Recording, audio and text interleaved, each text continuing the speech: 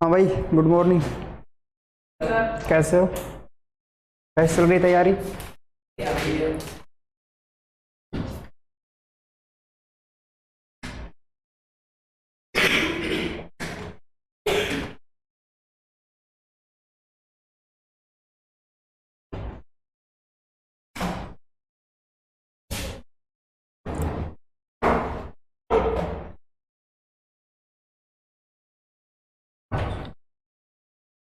तो अपने नीरज चोपड़ा जी ने कौन सा मेडल जीत लिया अभी? Silver medal. किस में? कौन से गेम के प्लेयर हैं ये? जेवलिन थ्रो, भाला फेंक में। ठीक है, इन्होंने जो भाला फेंका था वो कितने मीटर फेंका था? 89.45 मीटर। ठीक है, और इनको कौन सा मेडल मिला? Silver medal. तो गोल्ड मेडल किसने जीता?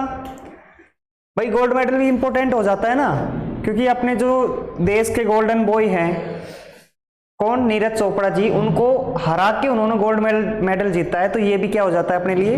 इंपॉर्टेंट हो जाता है। तो गोल्ड मेडल जीता पाकिस्तान के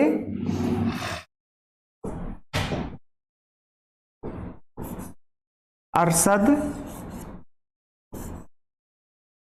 नदीम। पाकिस्तान के अरशद नदीम ने पेरिस ओलंपिक में जेवलिन थ्रो में क्या जीता? Gold medal. इन्होंने कितनी दूर भाला फेंका था? 92.97 मीटर। 92.97 मीटर। ठीक है, तो अपने को कौन सा मिला? सिल्वर। और पाकिस्तान के अरशद नदीम जी ने कौन सा जीता? Gold medal. कितनी दूरी भाला फेंका इन्होंने? 92.97 मीटर। ठीक है,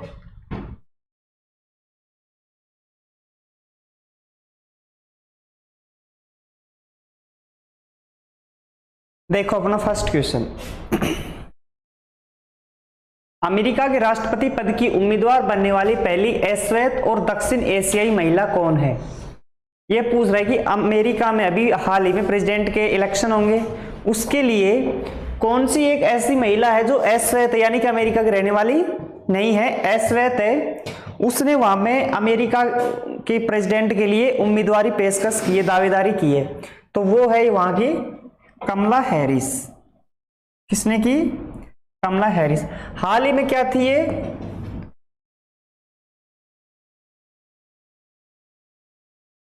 वाइस प्रेसिडेंट थी ये। क्या थी? Vice president.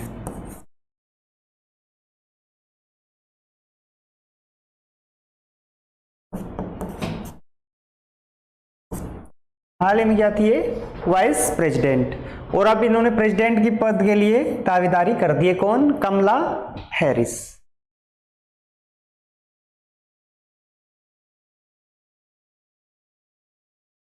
राष्ट्रपति द्रौपदी मुर्मू को किस देश का सर्वोच्च नागरिक सम्मान दिया गया है? अभी अपनी जो फिलहाल प्रेसिडेंट है वो आउट ऑफ इंडिया गई हुई है, आउट ऑफ इंडिया गए हुए हैं 3 देशों के टूर के लिए। तो ये पूछ रहा कि कौन से देश ने वहां का सर्वोच्च नागरिक सम्मान दिया है? देखो फिजी तो देश है, इन्होंने वहां का सर्वोच्च नागरिक पुरस्कार दिया गया है किसको? अपनी राष्ट्रपति द्रौपदी मुर्मू को। और फिजी देश में जाने वाली पहली राष्ट्रपति भी कौन है? राष्ट्रपति द्रौपदी मुर्मू। उससे पहले जो इंडिया के कोई भी प्रेसिडेंट है वो फिजी देश में नहीं गए। तो फिजी देश का सर्वोच्च नागरिक सम्मान किसे दिया गया? राष्ट्रपति द्रौपदी मुर्मू जी को। ठीक है, कौन सा पुरस्कार था?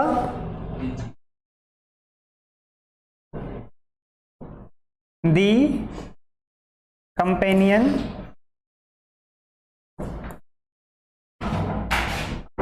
Of the order of Fiji. ये वहां का सर्वोच्च नागरिक पुरस्कार दिया जाता है, companion of the order of Fiji. तो राष्ट्रपति द्रौपदी मुर्मू जी को कौन सा ऑर्डर मिला? The companion of the order of Fiji. ठीक है,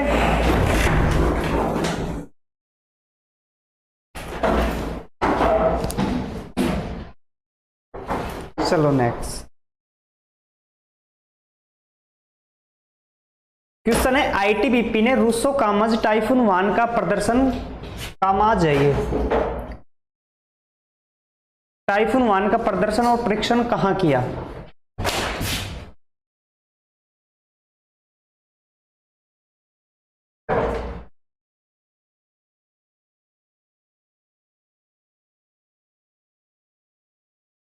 देखो इधर ये आपका क्या है पाकिस्तान, इधर क्या है चाइना। तो पाकिस्तान का जो ये अपने इंडिया का जो ये एरिया है ये क्या है,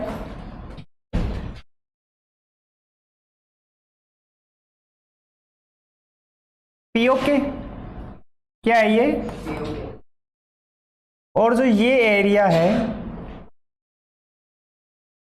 ये है अक्साई चीन।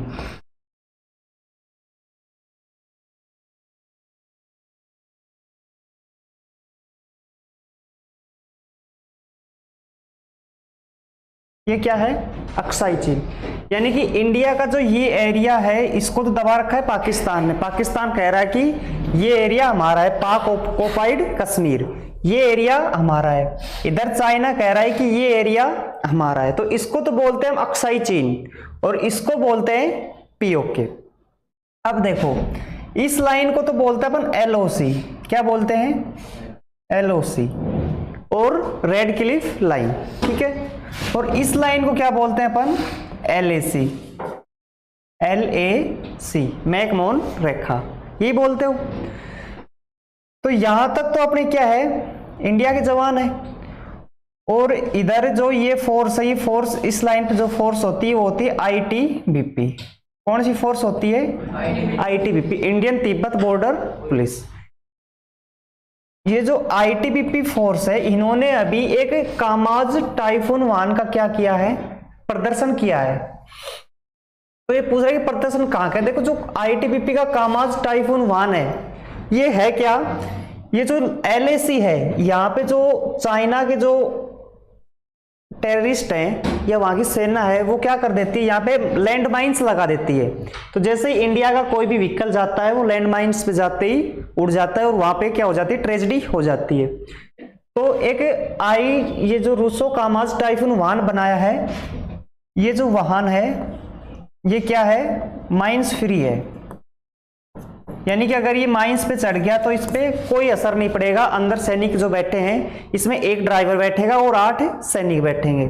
अगर वो जो वाहन है माइंस पे चला जाता है तो उस पर कोई फर्क नहीं पड़ेगा, यानी कि कोई ट्रेजेडी नहीं होगी।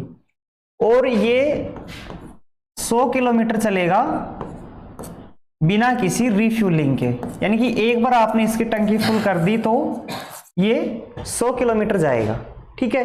तो ये पूछ रहा है कि आईटीबीपी ने रूसो कामाज टाइफून वाहन का प्रदर्शन कहां किया, तो वो किया है चंडीगढ़ पे, ठीक है।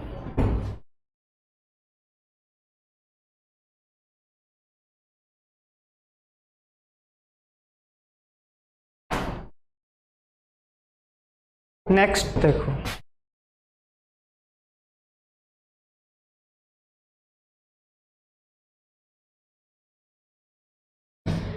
SA20 लीग के लिए किसे ब्रांड एम्बेसडर बनाया गया। SA20 मतलब साउथ अफ्रीका T20 लीग, इसके लिए ब्रांड एम्बेसडर किसे बनाया गया, तो इसका आंसर हो जाएगा आपका दिनेश कार्तिक।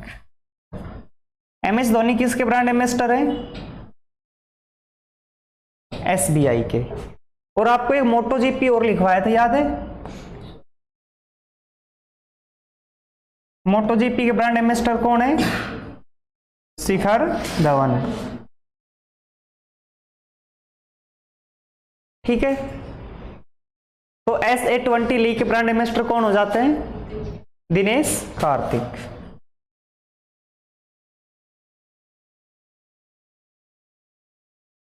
इस कॉलेज ने हाइड्रोजन सेक्टर स्किल काउंसिल और कौशल विकास एवं उद्यमिता मंत्रालय के सहयोग से ग्रीन हाइड्रोजन प्रशिक्षण कार्यक्रम शुरू किया। ये पूछ रहा है कि कौन सी कॉलेज है जिसने हाइड्रोजन सेक्टर स्किल काउंसिल और कौशल विकास एवं उद्यमिता मंत्रालय के साथ मिलकर ग्रीन हाइड्रोजन कार्बन सेक्टर क्या किया स्थापित किया, तो वो हो जाएगा आपका हिंदू कॉलेज।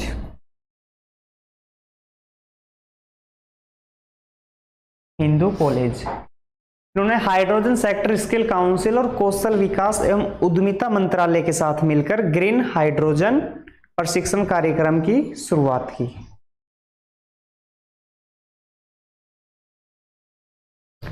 तो वो कॉलेज कौन सी हो जाएगी? हिंदू कॉलेज।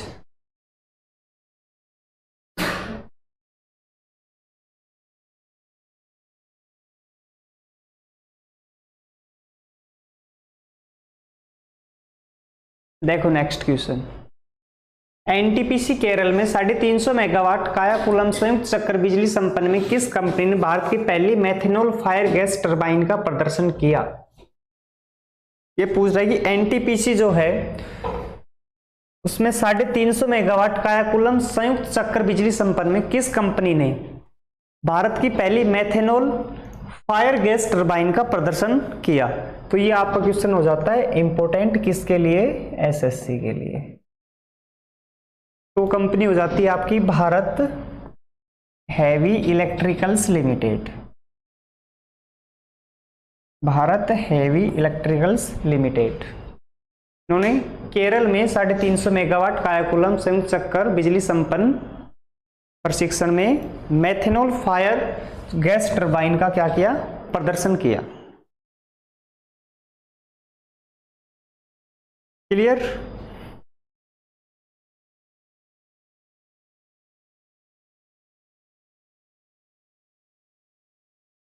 बुंदेलखंड के किन जिलों को सौर ऊर्जा के रूप में विकसित किया जा रहा है? सौर ऊर्जा, सोलर सिस्टम कैसी एनर्जी है? सस्टेनेबल एनर्जी है।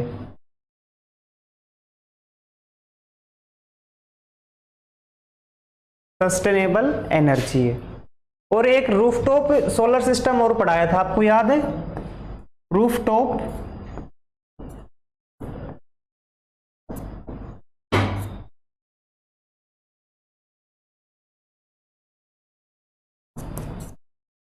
रूफटॉप सोलर सिस्टम, जिसके लिए एडीबी ने अपने को ऋण दिया था 240 मिलियन डॉलर। एडीबी क्या है बताओ? एडीबी क्या है? Asian development bank. स्थापना कब हुई? 1966, मनीला, फिलीपींस। तो ये पूछ रहा है कि बुंदेलखंड के किन जिलों को सौर ऊर्जा के रूप में विकसित किया जा रहा है, यानी कि यहां सौर ऊर्जा का क्या बनेगा? हब बनेगा। तो वो है झांसी, ललितपुर और चित्रकूट। झांसी, ललितपुर और चित्रकूट। और मैंने यूपी के 6 जिले और लिखवाए थे जो एससीआर में शामिल थे, स्टेट कैपिटल रीजन। कौन कौन से थे? लखनऊ, हरदोई, सीतापुर, उन्नाव, बाराबंकी और रायबरेली। तो ये 6 जिले उत्तर प्रदेश में किस में शामिल हैं? एससीआर, जो एनसीआर की तर्ज पे बनाया गया है। एससीआर जैसे अपने एनसीआर है नेशनल कैपिटल रीजन, उसी तरीके से वहां बनाया गया है स्टेट कैपिटल रीजन। ठीक है?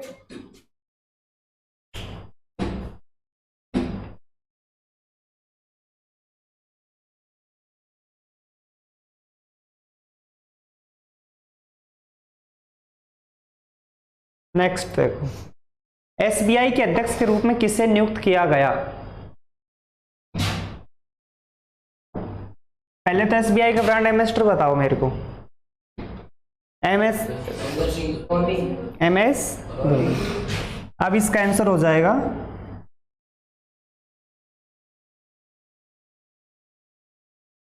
श्रीनिवास कुशल शेट्टी। ठीक है? ये एसबीआई के किसके रूप में नियुक्त हुए हैं? अध्यक्ष के रूप में। अभी 10-15 दिन पहले इसको घोषणा की गई थी और कल के दिन इसको क्या कर दिया? नियुक्त कर दिया। कौन? श्रीनिवास कुल्लू शेट्टी।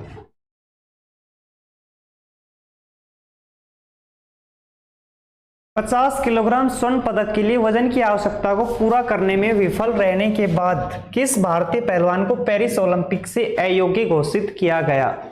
देखो, अपनी एक प्लेयर थी विनेश फोगाट।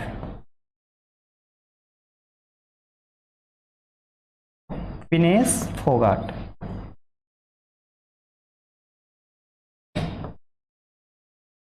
इन्होंने हिस्सा लिया पेरिस ओलंपिक में, ठीक है, मैच खेले, मैच खेल के कहां पहुंचे ये सेमीफाइनल में। उसके बाद सेमीफाइनल को क्या कर लिया इसने, विन कर लिया। सेमीफाइनल की क्या रही है, विनर रही। उसके बाद नेक्स्ट डे इनका क्या होना था, फाइनल मैच होना था। और फाइनल मैच में वेट कितना रखा था, 50 किलो, यानी कि प्लेयर का वजन कितना होना चाहिए, 50 केजी, ठीक है। और इसका वजन कितना निकला उस टाइम, 50 केजी 100 ग्राम, ठीक है। और इसको वहां से क्या कर दिया, डिस्क्वालीफाई कर दिया गया, वरना भारत के हाथ में क्या आने वाला था, गोल्ड आने वाला था। गोल्ड मेडल लाने वाले थे कौन, विनेश फोगाट जी, लेकिन इसको वहां पे थोड़े से वजन ज्यादा होने के कारण डिस्क्वालीफाई कर दिया गया पेरिस ओलंपिक की टीम द्वारा, ठीक है। तो अब इन्होंने अपील लगाई है कि मैंने सेमीफाइनल तक पहुंची हूं तो मेरे को कम से कम सिल्वर मेडल तो मिलना ही चाहिए। तो उसकी अभी अपील लगी हुई है, मिल जाती है तो अपने सिल्वर मेडल भारत में कितने हो जाएंगे, 2। अभी कितने हैं, 1 किसने जीता, नीरज चोपड़ा ने जेवलिन थ्रो में, ठीक है। तो इसका आंसर क्या हो जाएगा आपका, विनेश फोगाट। भारत में किस दिन चौथा भाला फेंक दिवस मनाया गया है। देखो 7 अगस्त को टोक्यो ओलंपिक में नीरज चोपड़ा जी क्या लेके आए, गोल्ड मेडल। तो उसने गोल्ड मेडल कब लेके आए, उन्होंने 7 अगस्त को लेके आए थे। तो 7 अगस्त से ही भाला फेंक दिवस मनाया जाता है। टोक्यो ओलंपिक में गोल्ड मेडल जीते थे, तब से उन्हें इंडिया का गोल्ड बॉय के नाम से बोला जाता है। लेकिन अब की बार वो कौन सा मेडल लेके आए, सिल्वर मेडल पेरिस ओलंपिक में।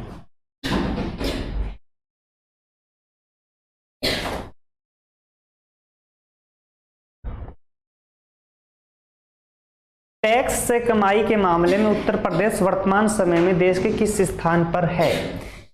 ये पूछ रहा है कि जो टैक्स होते हैं, विभिन्न प्रकार के टैक्स लिए जाते हैं, उन टैक्स में सबसे ज्यादा कमाई करने वाला स्टेट कौन सा है।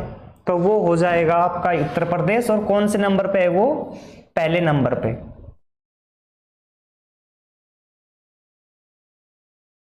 इन्होंने पिछले साल यानी कि 23-24 में 4,62,662 करोड़ रुपए किससे कमाए, टैक्स से कमाए, ठीक है। कौन से स्टेट ने, उत्तर प्रदेश ने। तो सबसे ज्यादा टैक्सेस इकट्ठे करने वाला स्टेट कौन सा इंडिया में, उत्तर प्रदेश।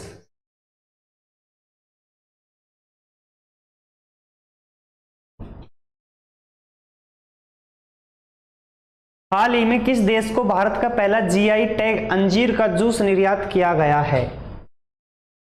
ये पूछ रहा है कि जो जीआई टैग मिला हुआ है भारत के अंजीर के जूस का, इसको कौन से जो देश है वहां एक्सपोर्ट किया गया है, निर्यात किया गया है। जीआई टैग समझते हो क्या होता है, जीआई टैग जो एरिया जिस चीज के नाम से फेमस हो जाता है, वो उस चीज को, उस एरिया क्या मिल जाता है, जीआई टैग मिल जाता है, जियोग्राफिकल इंडिकेशन, जीआई टैग। तो भारत को जीआई टैग मिला हुआ है अंजीर के जूस के लिए।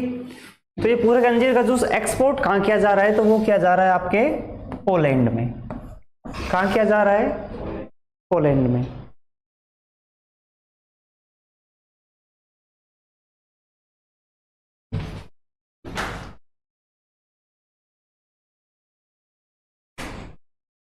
किस देश की सरकार ने भारत के साथ अनुसंधान और सांस्कृतिक सहयोग के लिए मैत्री अनुसंधान और भागीदारी अनुदान का आवरण किया है। तो ये हो जाएगा आपका ऑस्ट्रेलिया, ज्यादा कुछ नहीं। तो ऑस्ट्रेलिया ने भारत के साथ अनुसंधान और सांस्कृतिक सहयोग के लिए मैत्री अनुसंधान और भागीदारी का अनुदान किया है।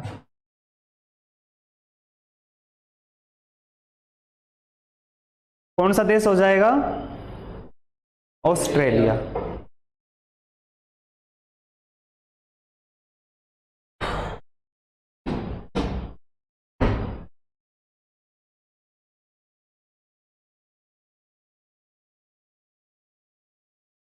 किस देश के केंद्रीय बैंक ने अपनी ब्याज दर को बढ़ाकर 0.25% कर दिया, जिससे येन, ये है येन, कैरी ट्रेड को प्रभावित हुआ है। अब देखो ये क्वेश्चन समझ में नहीं आया अपने बिल्कुल भी क्या है, लेकिन अपने को पता है जो येन है ना, ये जापान की करेंसी है, ठीक है। तो जब जापान की करेंसी येन है तो इफेक्ट भी कौन सा देश होगा, जापान ही होगा, ठीक है। जापान के सेंट्रल बैंक ने अपनी ब्याज दर को बढ़ाकर कितना कर दिया, 0.25%, जिससे येन कैरी ट्रेड क्या हो गया, प्रभावित हो गया। ओके,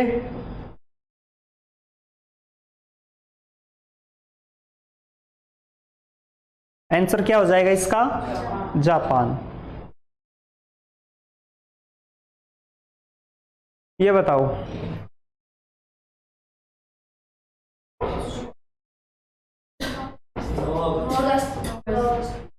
आंसर क्या हो जाएगा, 9 अगस्त। विश्व आदिवासी दिवस कब मनाया जाता है, 9 अगस्त को।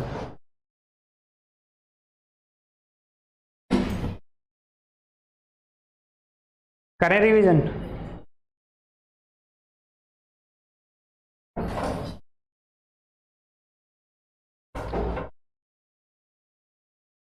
बताओ नीरज चोपड़ा जी ने कितने मीटर भाला फेंका,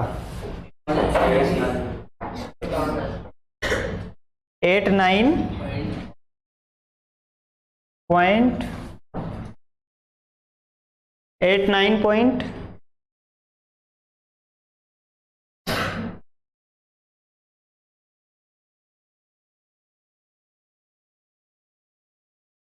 कितना फेंका, 89.45 मीटर, ठीक है। कौन सा मेडल मिला इनको, सिल्वर मेडल। पिछली बार कौन सा मिला था, अब की बार गोल्ड कौन ले गए, खिलाड़ी का नाम अरशद नदीम। इन्होंने कितनी दूरी भाला फेंका, 92.97, 97 मीटर, ठीक है।